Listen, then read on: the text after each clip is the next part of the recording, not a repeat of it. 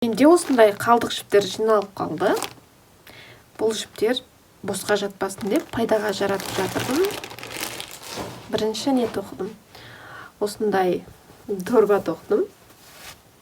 Бұл дорбаның ішінде осындай печеньелер бар.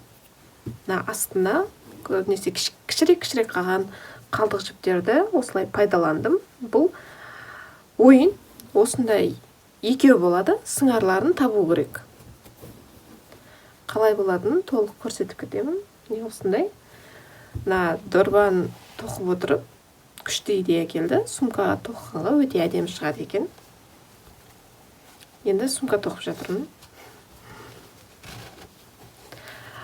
Қалдық жіптерден тағы да күшті идеялар бар.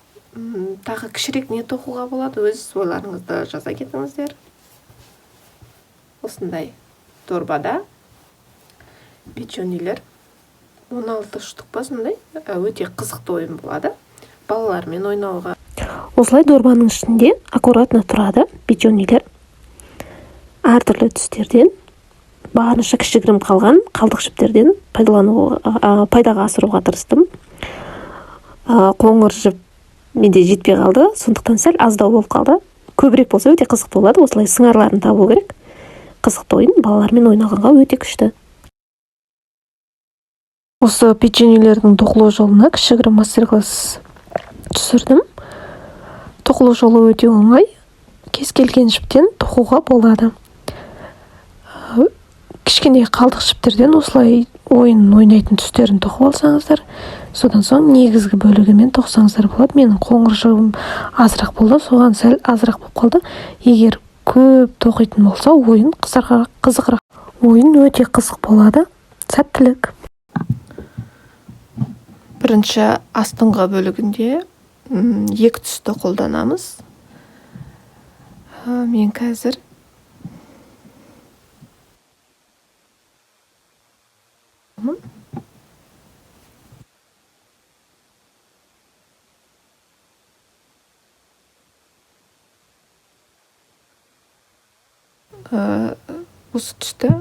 осы түспен көрсетемін. Ал сіздер печенье қоңыр түс болатын болғандықтан қоңыр түсті таңдасаңыздар болады. Немесе оны басқа да түстермен тоқсаңыздар болады. Бірінші осылай кольцо алып аламыз.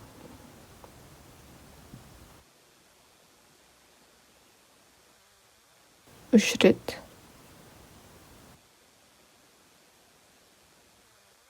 Айналдыра 12 столбик іліп шығамыз. Әдісі қолданылады.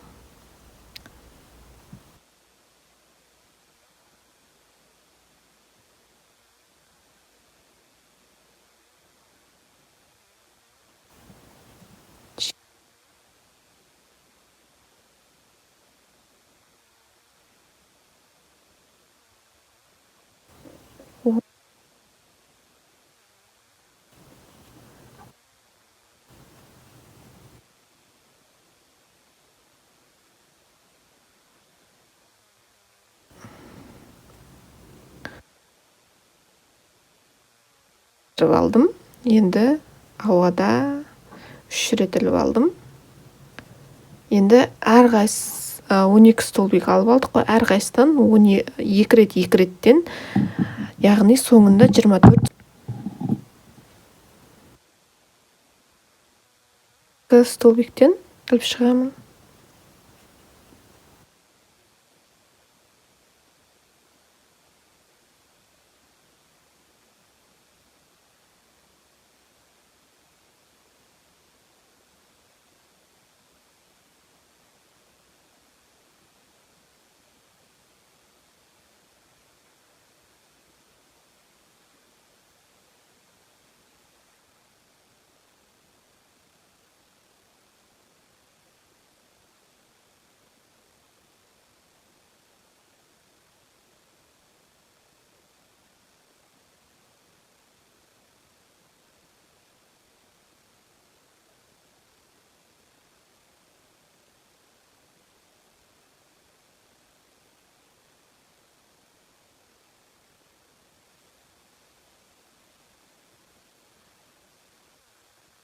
аламыз, біріктіріп аламыз, соңын және басын осымен аяқталады бұл жіптен.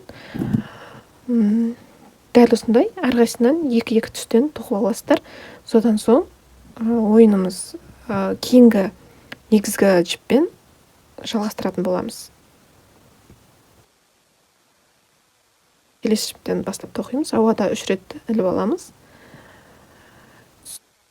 Келесі столбиктен 2 рет іліп аламын. Бір столбик іліп алдық. Келесі екінші столбикті осылай дәл осыдан іліп аламын. Содан соң келесі столбиктен тек қана бір рет қана ілем. Келесі жерден тек бір рет қана ілем, ал келесінен 2 рет ілем. Солай через көбейт 2 рет іліп тоқып аламыз. Келесінен 2 рет, келесінен 1 рет ілем, келесінен 2 рет. Дәл солай біреуінен 1 рет, келесінен 2 рет тоқып, соңына дейін тоқимыз. Бір бөлігін осылай шығады.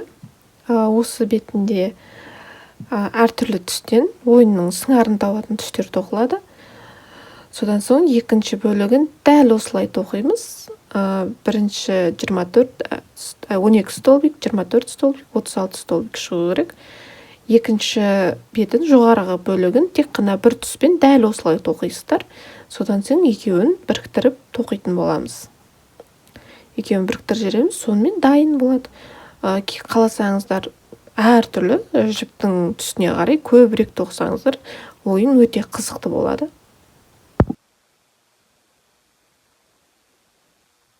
Екеуін бірдей етіп тоқып аламыз. Енді біріктіріп жалғауымыз керек. Екеуін біріктіріп тоқитын боламыз.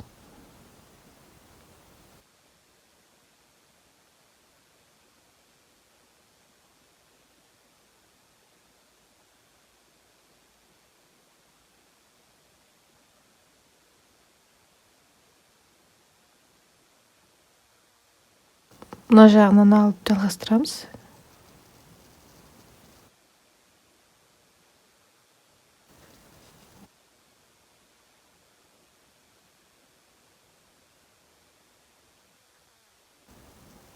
Екінші бөлігінен бұны осылай алып аламыз.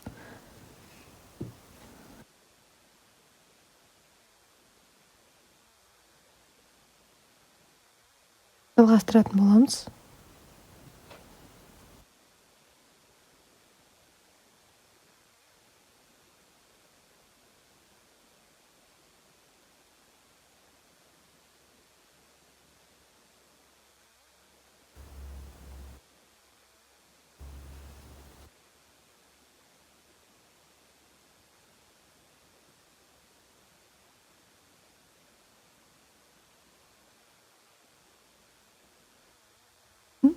Осылай жалғастыратын боламыз.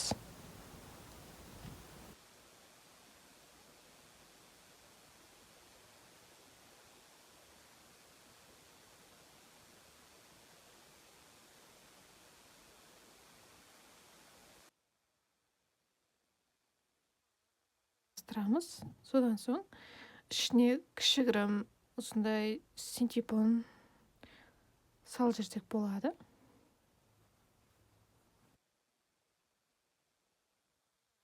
Жетеді.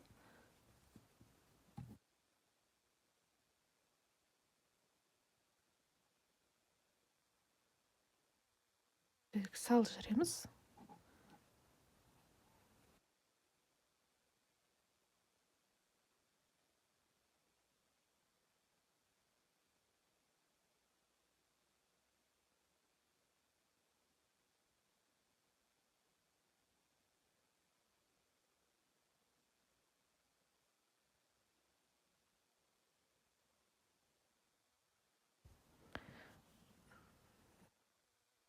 Тоқитынымыз қарау.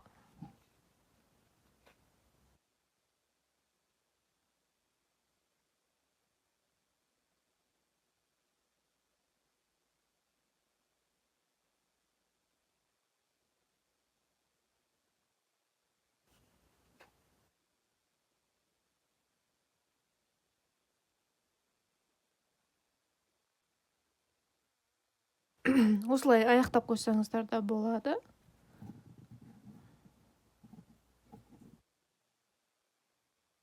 Немесе содан соң бетін сәндеу үшін осылай тігіп шықсақ болады. Осылай инемен